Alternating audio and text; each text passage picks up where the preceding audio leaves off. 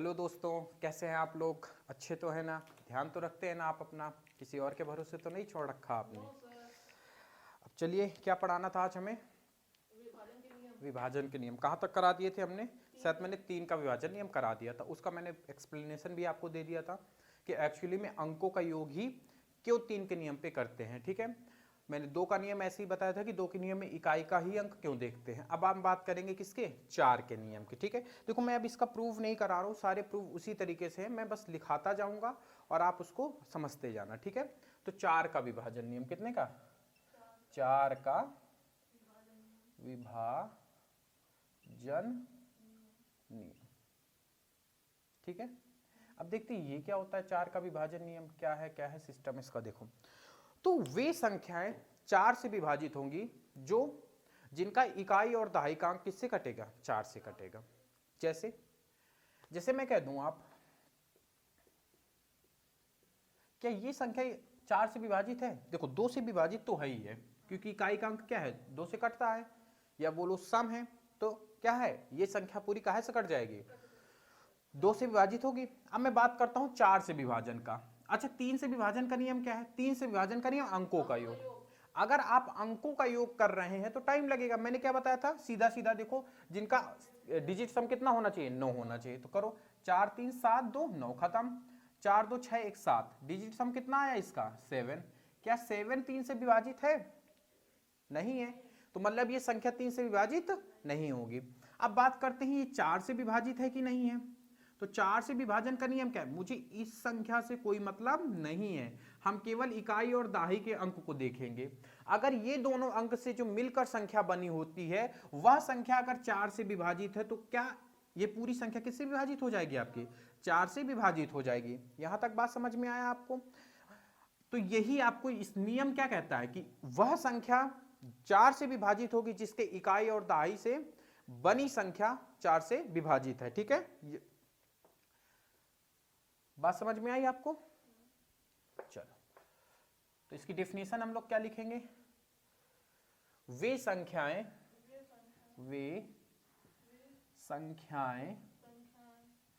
4 से विभाजित होंगी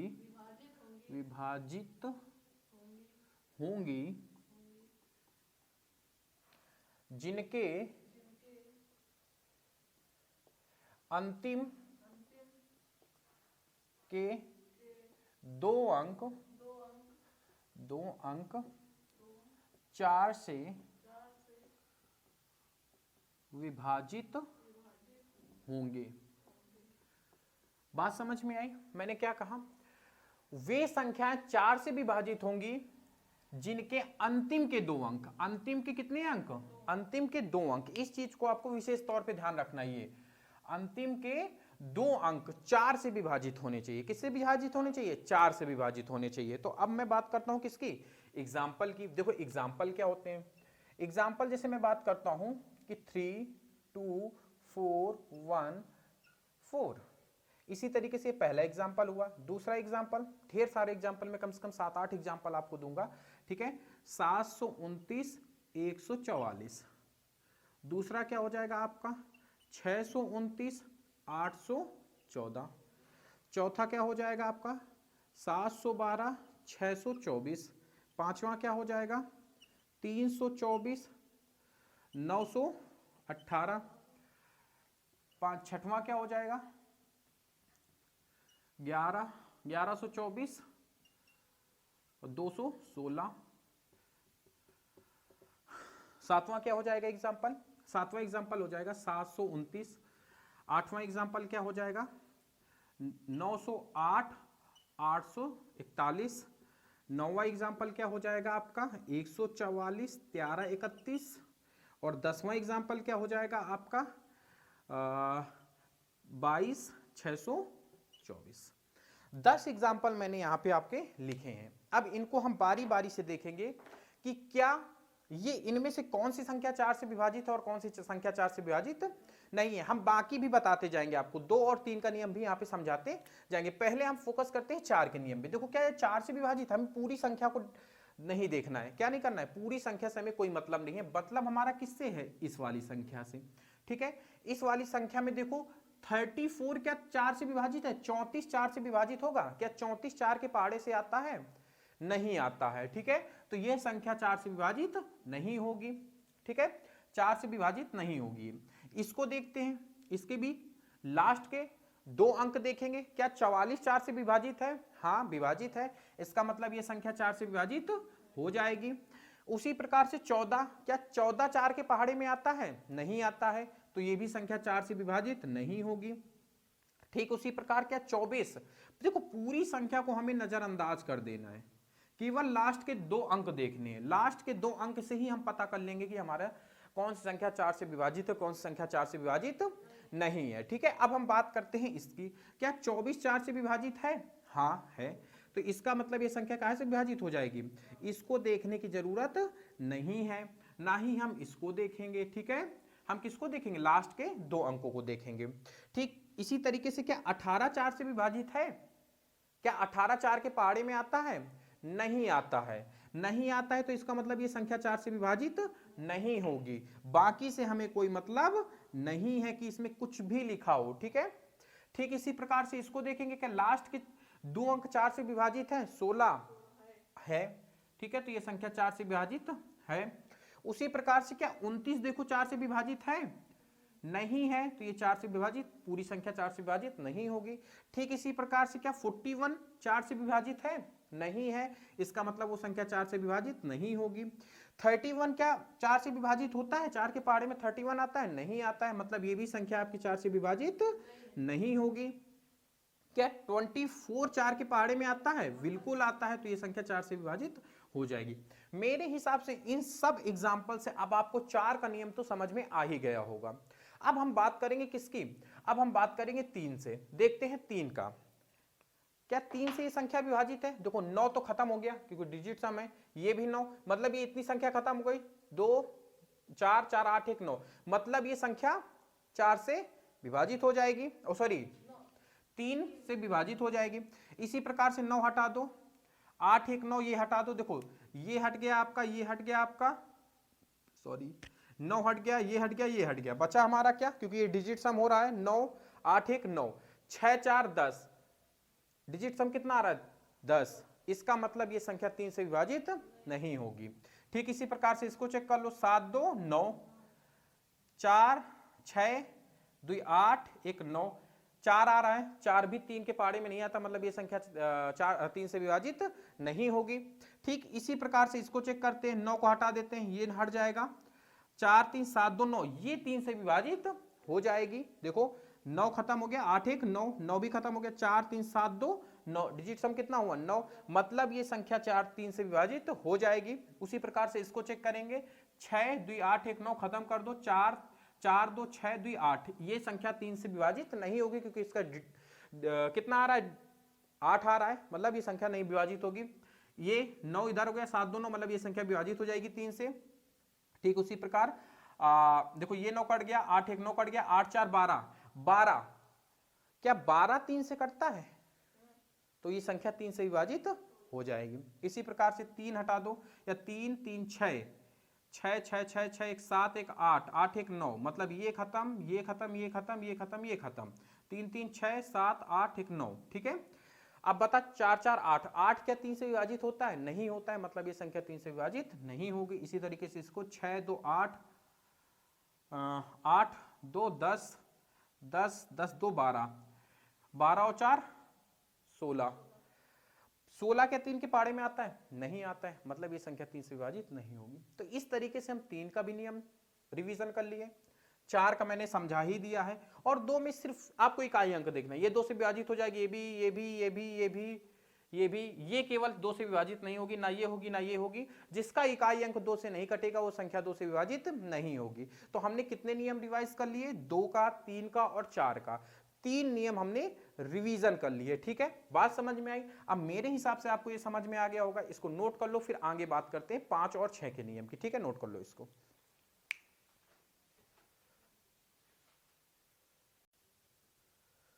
चलिए ये नोट हो गया।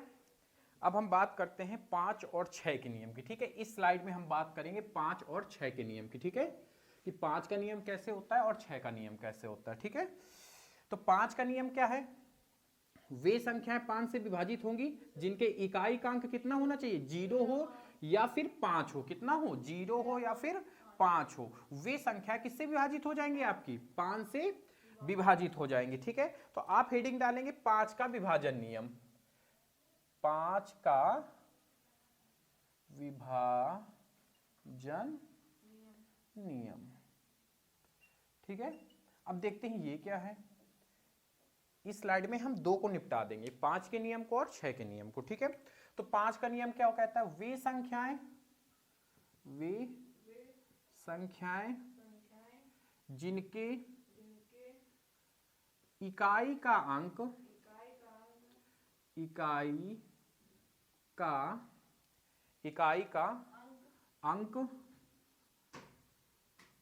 इकाई का अंक 0 या 5 हो, वे संख्याएं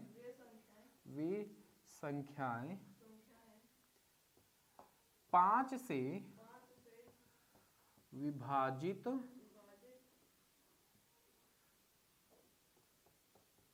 होंगी। ठीक है, अब बात करते हैं इनके एग्जाम्पल की, कि एग्जाम्पल किस प्रकार से हैं। देखो, जैसे मैंने एक संख्या लिखी, काफी ठीक ठाक मैं संख्या लिख रहा हूं, 3 एग्जाम्पल देंगे। पहला एग्जाम्पल ये है इसका, दूसरा एग्जाम्पल है हमारा,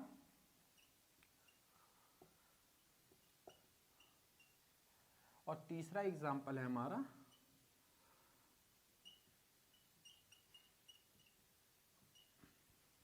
अब मुझे बताओ इसमें से कौन सी संख्या आपकी 5 से विभाजित होगी, कौन सी संख्या 5 से विभाजित नहीं होगी। ठीक है, तो अब देखो इस पूरी संख्या से हमें कोई मतलब नहीं, इसको हम नहीं देखेंगे। कहां तक, सिर्फ इसका इकाई का अंक देखेंगे। किसका अंक देखेंगे, इकाई का अंक। देखो इकाई का अंक कितना है, इकाई का अंक क्या है, 5 है। मतलब यह पूरी संख्या किससे विभाजित हो जाएगी, आपकी 5 से विभाजित हो जाएगी। ठीक है, ठीक इसी प्रकार से इस संख्या को हम यहां तक नजरअंदाज कर देंगे, नहीं देखेंगे। देखेंगे क्या, इकाई का अंक। इकाई का अंक क्या 0 है, नहीं है।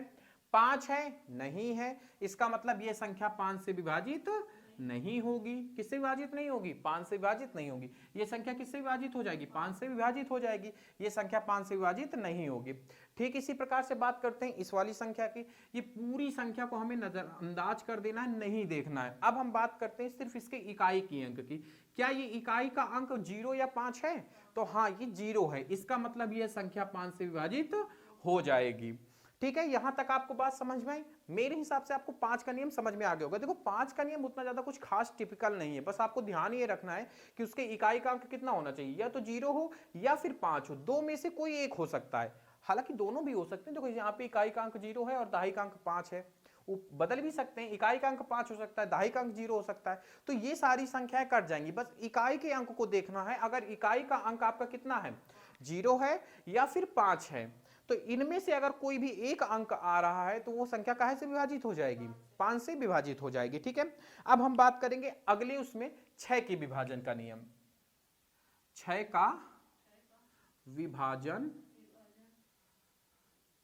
नियम। अब देखते हैं 6 के विभाजन नियम के क्या है। तो 6 का विभाजन नियम समझने से पहले थोड़ी सी एक हम लोग बात समझेंगे। 6 के फैक्टर समझना, 6 के गुणनखंड करो। गुणनखंड करना तो आपको सबको आता होगा, कक्षा 8 में आपने बहुत अच्छे से गुणनखंड करना सीखा होगा। तो 6 के फैक्टर कैसे करते हैं, देखो बच्चों की तरह मैं बता रहा हूं 6 के फैक्टर कैसे किया जाता है। पहले सबसे पहले 2 से कट रही है संख्या, काटो जरा सा, कितना आएगा 3। अब ये संख्या कैसे कट रही है 3, मतलब इसके फैक्टर कितने हैं, 2 × 3।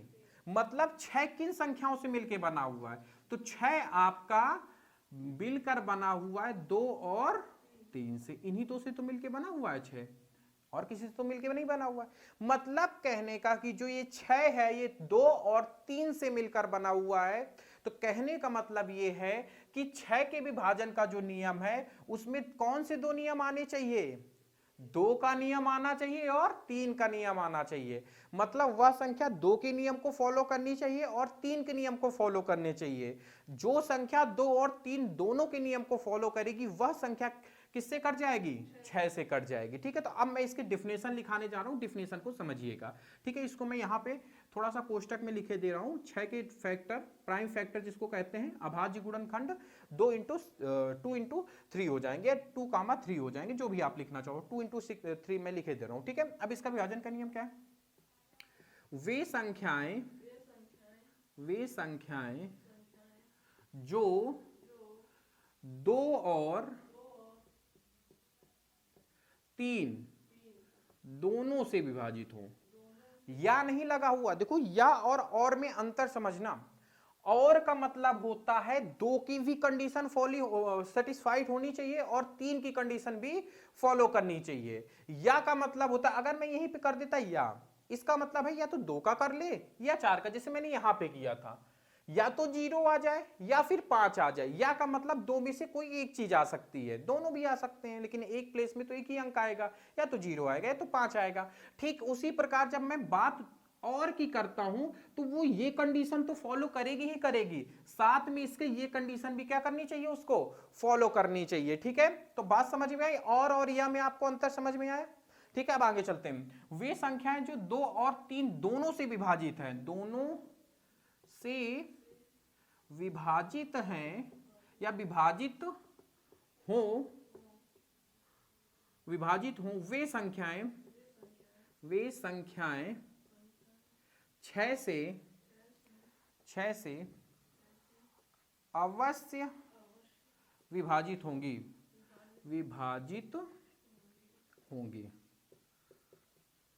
बात समझ में आई? कहने का मतलब जो नंबर 2 और 3 दोनों के नियम को सेटिस्फाइड करेगा, वो नियम, वो उसका क्या हो जाएगा, वो संख्या 6 से भी विभाजित हो जाएगी। जैसे एग्जांपल में समझाता हूं, ठीक है, एग्जांपल समझना। जैसे मैंने कहा 324, 112,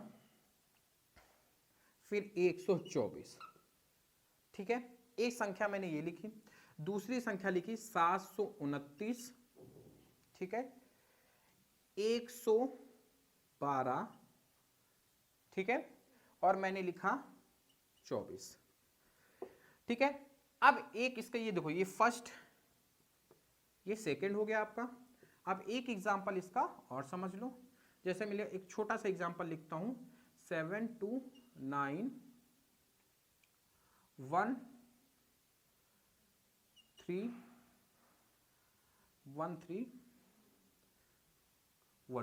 ठीक है। अब देखो देखो देखो, मैं ये सारी एग्जांपल अपने दिमाग में बना रहा हूं तो थोड़ा सा टाइम लग रहा है, ठीक है। अगर मैं इसे किसी किताब से देख के लिखता तो तुरंत लिखने में, ये मैं सारे एग्जांपल बना रहा हूं जिससे आपको बेटर तरीके से क्या कर सकूं, समझा सकूं, ठीक है। बात समझ में आई? चलिए, मैं इसके शायद है कि 6 एग्जांपल दूंगा, 6 में आपको इसका नियम आराम से समझ में आ जाएगा, ठीक है। अब बात करते हैं, जैसे मैं कहूं 7141, ठीक है, 2, एक यही संख्या ले लेते हैं, एक 5वीं संख्या ले लेंगे हम लोग 343112, एक ये संख्या ले लेते हैं, और लास्ट जो संख्या हम लोग लेंगे, 6ठी संख्या जिसको हम लोग कहते हैं 6 प्लेस वैल्यू, वो ले लेंगे हम लोग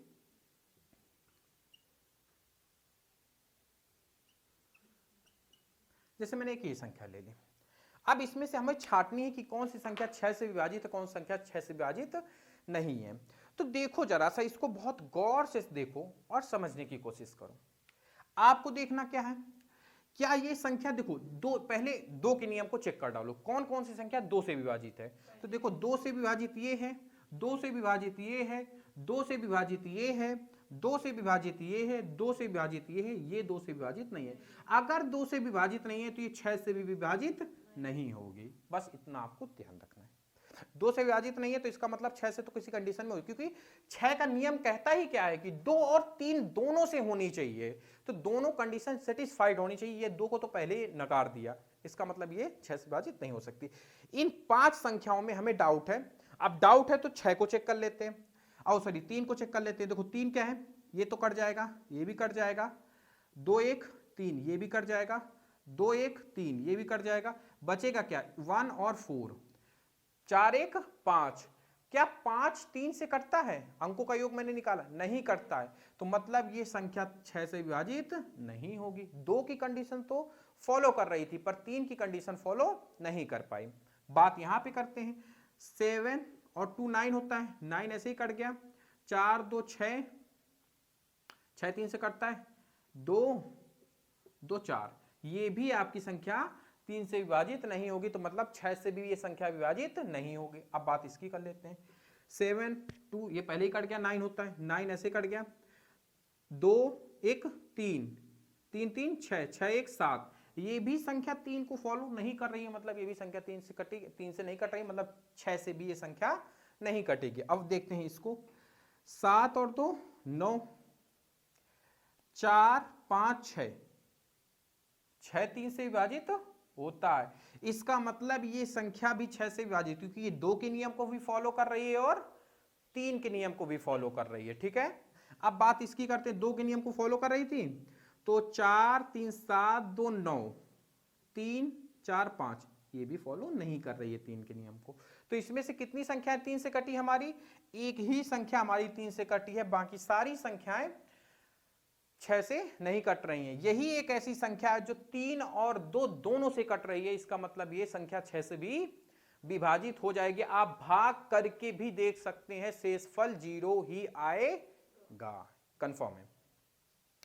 इसमें से बहुत सारी ऐसी संख्याएं थी जो 2 के नियम को फॉलो कर रही थी लेकिन 3 के नियम को फॉलो नहीं कर रही थी। कुछ संख्याएं ऐसी थी जो 3 के नियम को तो फॉलो कर रही थी लेकिन 2 के नियम को फॉलो नहीं कर रही थी, जैसे ये वाली संख्याएं। ठीक है, तो इस तरीके से हम कहेंगे कि 6 का नियम क्या फॉलो कराता है आपका, या तो 2 से हो, 2 और 3 दोनों से होना चाहिए। ठीक है, बात समझ में, इसको नोट कर लो, इसके बाद आगे बात करते हैं।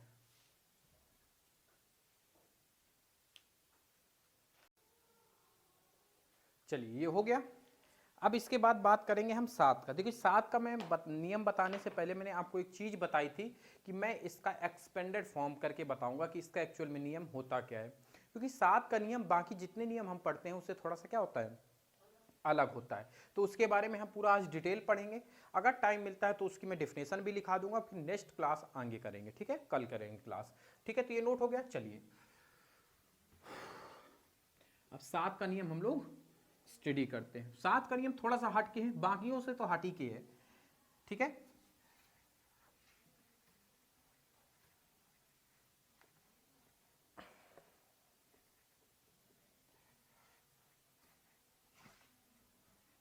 चलो अब हम बात करते हैं 7 का विभाजन नियम। तो हेडिंग डालेंगे हम लोग 7 का विभाजन नियम। 7 का विभाजन नियम। ठीक है, चलो तो मैं इसको एक सवाल के माध्यम से समझाऊंगा, जैसे मैं पहले समझाते आ रहा हूं कि कैसे करते। तो एक सवाल में लिखता हूं, सवाल क्या है कि A B C D संख्या को किससे विभाजित करो, 7 से विभाजित करो। ठीक है, तो सबसे पहले हम क्या करेंगे, सबसे पहले इसका नेक्स्ट स्टेप होगा A B C D upon 7। विभाजन का मतलब होता है उसको काटना। ठीक है, हम लोगों ने इस फॉर्म में लिख लिया। इसका हमें क्या लिखना है, एक्सपेंडेड फॉर्म लिखना है। ऊपर वाली का एक्सपेंडेड फॉर्म क्या होगा, a इंटू 1 के बाद कितने जीरो लगेंगे, 3, हमने लगा दिए, प्लस लगाएंगे। b लिखेंगे, b के बाद कितने जीरो लगेंगे, 2 जीरो लगेंगे। c के बाद कितने जीरो लगेंगे, 10, और फिर अकेला d 7। वहां तक बात समझ में आई आपको? अब इसके बाद 1000 को ऐसे मल्टीपल पे तोड़ो कि उसको जोड़ने पे क्या मिले, 1000 मिले और वो 7 से भी कट जानी चाहिए। बड़ी से बड़ी संख्या कैसी हो सकती है, तो मैं कह सकता हूं 700 प्लस 300 कर सकते हैं कि नहीं कर सकते, 700 कट जाएगा कि नहीं कट जाएगा 7 से। ठीक है, तो इसको उसी, इन सबको उसी फॉर्म में तोड़ना है। तो जरा सा तोड़ो इनको। ए, क्या मैं 1000 को इस तरीके से नहीं लिखता, 700 प्लस 300, बात तो वही है। ठीक उसी काम उसमें करेंगे, 70 प्लस 30 नहीं लिख सकते 100 को, और 10 को क्या लिख सकते हैं, 7+3 नहीं लिख सकते, और इस d को 7d माइनस डी नहीं कर सकते, आएगा तो हमारा इतना ही 7d minus 6, sorry 7d minus 6d, तो घटाने के बाद d ही तो प्राप्त होगा हमें पॉजिटिव प्लस का। नहीं बात समझ में आई भाई? इस d को इसके गुणांक में क्या है 1 है, तो मैं इसको क्या ऐसे नहीं लिख सकता हूं 6 ऐसे 7 माइनस 6 इंटू डी, 7 में 6 घटेगा 1 आ जाएगा, 1d ही तो आ जाएगा। हम ऐसा क्यों कर रहे हैं? क्योंकि मुझे एक पद क्या मिल जाए 7 का मल्टीपल मिल जाए। देखो यहां पर भी मुझे 7 का मल्टीपल मिला, यहां पर भी मिला, यहां पर भी मिला, तो इसको खाली क्यों छोड़े हम लोग, इसको भी क्या करेंगे 7 के मल्टीपल से क्या कर देंगे हम लोग, गुणा कर देंगे। ठीक है, मतलब 7 के मल्टीपल पे क्या करेंगे हम लोग, 7 के मल्टीपल पर इसको हम तोड़ देंगे। ठीक है, बात समझ में आई? चलो अब देखते हैं भाग में क्या था हमारा, भाग में हमारा 7 था। अब देखो 7 में यहां पर अगर मैं भाग दूंगा तो 7 खत्म हो जाएगा, बचेगा क्या क्या 300 और a बचेगा, तो इसको ऐसे लिख लो 300 a। ठीक है, 7 हट गया क्योंकि इसको काटेंगे तो कितना आ जाएगा, इसको काटेंगे तो शेषफल 0 आ जाएगा, इसको काटेंगे शेषफल 0 आ जाएगा, इसको काटेंगे शेषफल 0 आ जाएगा, इसको काटेंगे शेषफल 0 आ जाएगा। जो जो संख्याएं नहीं कट रही हैं उनको लिख लेते हैं। जैसे b में क्या कटे, क्या नहीं कटेगा 30 नहीं कटेगा और b मल्टीपल में रहेगा, प्लस c में क्या नहीं कटेगा 3c नहीं कटेगा, और d में माइनस का 6d रहेगा। क्या रहेगा माइनस का 6d रहेगा। यहां तक बात समझ में आई आपको? अब देखो 6 को थोड़ा सा इग्नोर कर दो, क्या कर दो, इग्नोर कर दो, हल्का सा 6 को क्या कर देते हैं हम लोग, इग्नोर कर देते हैं। ठीक है, अब इसके बाद आप देखो यहां से यहां तक बटे में 7 कर लेते हैं, यहां से यहां तक कुछ कॉमन मिल रहा है हम लोगों को, 3 इसमें भी है, इस वाले पद में भी है, इस वाले पद में भी है, इस वाले पद में भी है, इस वाले पद में है, तो मैं क्या 3 कॉमन ले सकता हूं, ले लो इसको कॉमन। जैसे ही आपने 3 कॉमन लिया तो हमारा क्या बचा 100a प्लस 10d, 10d, एक मिनट 10b बचेगा, c बचेगा, माइनस के कितना बचेगा 2d, यही तो बचेगा अपॉन में 7। क्या यहां तक बात समझ में? अब देखो यहां से देखो, मैं अब इसको अलग मार्कर से कर रहा हूं, गौर से देखना, यहां से यहां तक एक संख्या बन रही कि नहीं, किसी संख्या का एक्सपेंडेड फॉर्म आपको लिख रहा है, ए बी सी संख्या का एक्सपेंडेड फॉर्म है कि नहीं है? तो क्या इसको मैं ऐसे नहीं लिख सकता हूं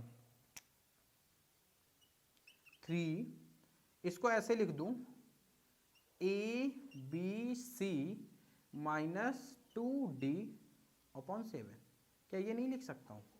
नियम हमारा क्या निकल के, हमारी संख्या क्या थी ए बी सी डी, और ये जो संख्या प्राप्त होगी वो हमारी कहे से कट जाएगी 7 से। मतलब हमें अगर किसी संख्या को ये चेक करना है कि 7 से कट रही है कि नहीं कट रही है, तो उसके इकाई के अंक में क्या कर देंगे, इकाई के अंक में ये 2 का मल्टीपल कराकर शेष बची हुई संख्या में ए बी सी में घटा देंगे। अगर घटाना से जो हमें प्राप्त होगा, जो भी हमें प्राप्त होगा, अगर वो 7 से कटेगा तो वो संख्या किससे कट जाएगी, 7 से कट जाएगी। अब देखो इसको पकड़ते हैं, पकड़ो इसको थोड़ा सा, ए बी सी डी हमारी संख्या क्या थी, ये थी हमारी संख्या। ये होने के बावजूद हमने थोड़ा सा सॉल्यूशन किया और हमें क्या प्राप्त मिला, रिजल्ट हमारा क्या आया, मतलब डी पे क्या कह रहा है, डी पे 2 का क्या कराना है, मल्टीपल करा देना है, और मल्टीपल कराने के बाद जो शेष बची संख्या है ये वाली, इसमें इसको घटा देना है ऐसे ए बी सी माइनस 2d। अगर ये जो भी हमें प्राप्त होगा अगर वो 7 से विभाजित है तो वो संख्या कहाँ से विभाजित हो जाएगी, आपकी 7 से विभाजित हो जाएगी। ठीक है, अगर ऐसा नहीं है तो फिर वो संख्या 7 से विभाजित नहीं होगी। ठीक है, बात समझ में आई? तो मैं इसका इधर जल्दी से लिखा दे रहा हूं आपको, आज की क्लास का समय तो हो गया है, खैर मैं ये लिखा दे रहा हूं आपको, इधर से जल्दी से देख लो कि वे संख्याएं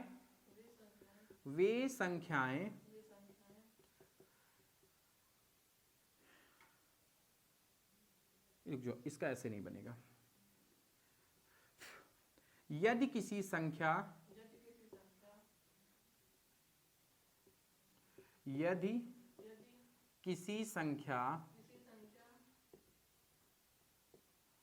को यह जानना है कि वह 7 से विभाजित होगी या नहीं, होगी या नहीं, तो हम उस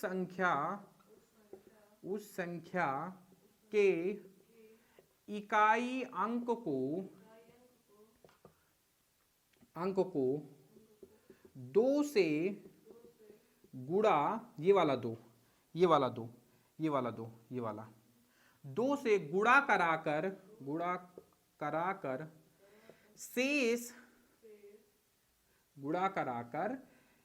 शेष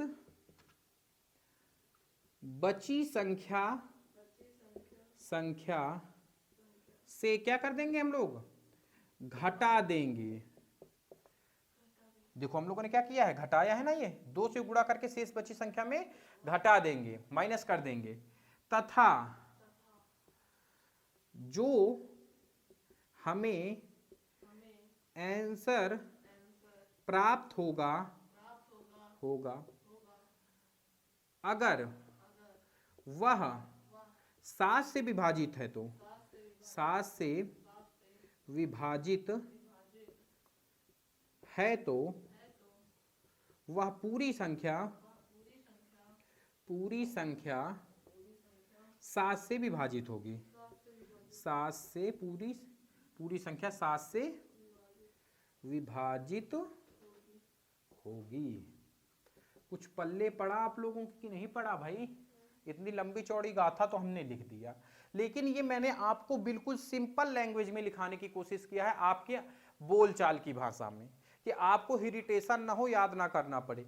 बस कॉन्सेप्ट ये याद रखना कि 2 से मल्टीपल कराकर शेष संख्या से घटा देना है। इसके एग्जाम्पल मैं कम से कम 10 से 12 एग्जाम्पल नेक्स्ट क्लास में कराऊंगा, तब आपको ये बेहतरीन तरीके से समझ में आएगा कि एक्चुअल में ये जो मैंने प्रूफ कराया है ये इसका मतलब क्या है और 7 का नियम कितना सरल होता है। हम लोग कह देते हैं कि 7 का नियम थोड़ा सा कठिन होता है, उसको इसके एक और विधियां हैं जो मैं अभी आपको नेक्स्ट क्लास में बताऊंगा, फिर इसके बाद काफी सारे एग्जाम्पल कराऊंगा, तब आपको 7 का नियम अच्छे से समझ में आ जाएगा, आप इसको कभी नहीं भूलेंगे। ठीक है, तो आज के लिए इतना ही रखते हैं। नमस्कार, धन्यवाद आपको हमारा वीडियो देखने के लिए। आप हमारे वीडियो को लाइक करें, सब्सक्राइब करें, वीडियो पे कमेंट करें, जिससे मुझे मोटिवेट मिलेगा और मैं इसी तरीके के वीडियो आपको उपलब्ध कराता रहूंगा और इससे अच्छा कंटेंट लाने की कोशिश करूंगा। धन्यवाद, आपका दिन मंगलमय हो। धन्यवाद।